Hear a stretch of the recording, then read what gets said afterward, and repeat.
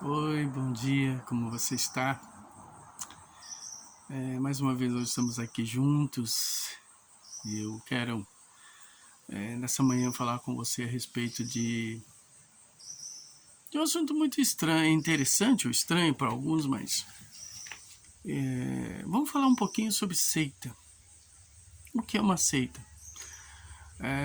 Classificar os primeiros cristãos como seita no início, porque eles faziam uma divisão entre o judaísmo, porque diziam que era uma seita pelo fato deles saírem do judaísmo. Mas nós vemos que hoje surgem bastante seitas. E a gente pode dizer que uma seita é algo que vem de uma separação. Todas as vezes que alguém pega uma doutrina e separa, ele está formando uma seita. Alguns pontos bíblicos ou alguns pontos não bíblicos, né? Mas toda e qualquer seita ela tem uma característica interessante. Ela faz cerquinhas, impedindo as pessoas de entrarem no reino de Deus.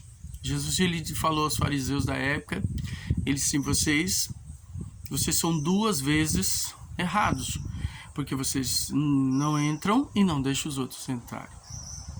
Uma seita normalmente ela é fechada, ou se ela é aberta, ela tem alguma coisa que ela faz para que você possa entrar ali. Por exemplo, se uma pessoa frequenta uma seita, você só pode frequentar a igreja ou a denominação ou o lugar onde está se tiver de uma determinada coisa. Então isso se torna uma seita. A questão ministerial é a mesma coisa. Uma determinada seita é identificada quando a pessoa só pode estar no ministério se estiver naquela forma, daquela maneira. E nós vemos que seita é isso, é uma separação. Jesus ele falou uma coisa que nós podemos vencer com ele, e ele veio trazer unidade, ele não veio trazer separação. A separação foi criada pelo homem, o homem que separa, mas Deus ele não separa. Então toda e qualquer igreja, toda e qualquer denominação, todo e qualquer ministério, toda e qualquer fundação, primeiro lugar onde tem o líder, que não é Jesus Cristo, e que te impede de entrar se você não estiver debaixo daquela determinação, daquela denominação, isso se torna uma seita. Ah, mas eles creem em Jesus, creem no batismo, enfim, creem em tantas coisas. Mas nós vemos tantas seitas grandes, por sinal, seitas onde o líder é o papa da igreja, é o dono da igreja, é o dono da denominação, ele que fundou, e você só pode entrar ali se você estiver debaixo daquele sentimento que eles têm. Eles impedem as pessoas de entrarem, se você for entrar, você não pode ser de forma diferente daquilo que eles acreditarem. Então essas seitas elas são fechadas, elas são algo que se fecha, ela coloca cerquinhas, e eles dizem que a sua igreja é melhor, ou sua denominação é melhor, ou seu sistema é melhor, porque tem uma certa doutrina.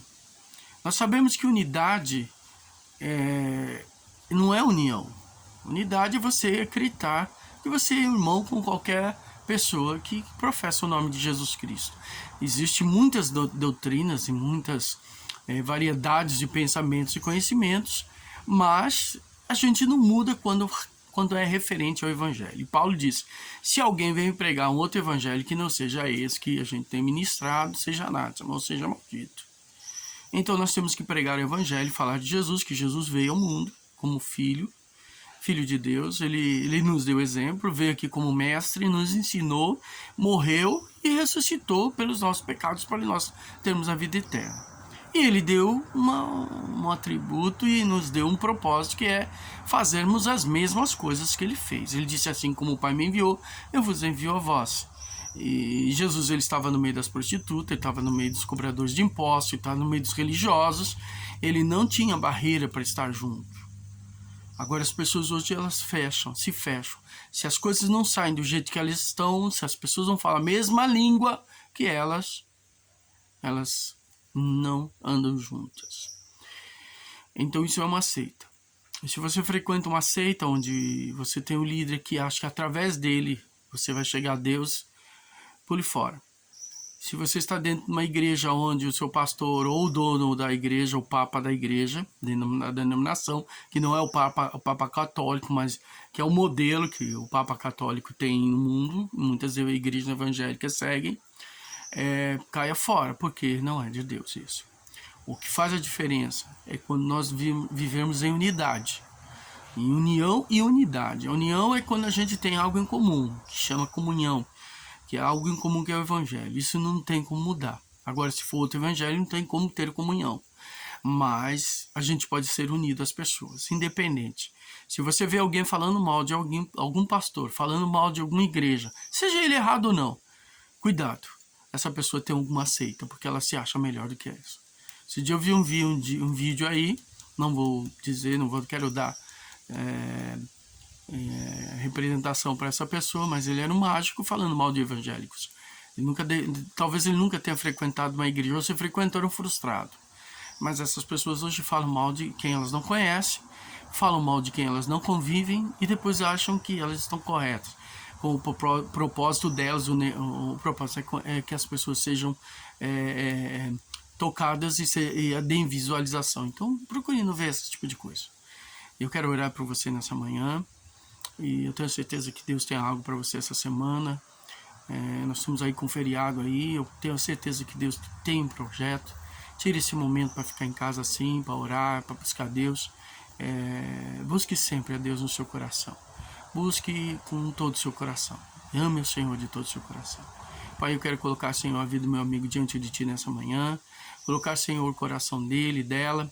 Essa família, esse ano tem sido um ano atípico. Nós não temos o carnaval em si, é feriado de carnaval, mas nós não temos o carnaval em si. Eu quero te pedir por essas vidas que estão aí, Senhor, em casa. Muitos estão querendo viajar para outros lugares. Que a mão poderosa do Senhor esteja trabalhando no seu íntimo, trazendo cura, trazendo salvação e libertação. É o que eu te peço aqui nessa manhã e te agradeço por essa vida, em nome de Jesus Cristo, Pai. Amém. Que Deus te abençoe. Tenha um dia de vitória, um dia de grande bênção e de grandes realizações em nome de Jesus. Amém.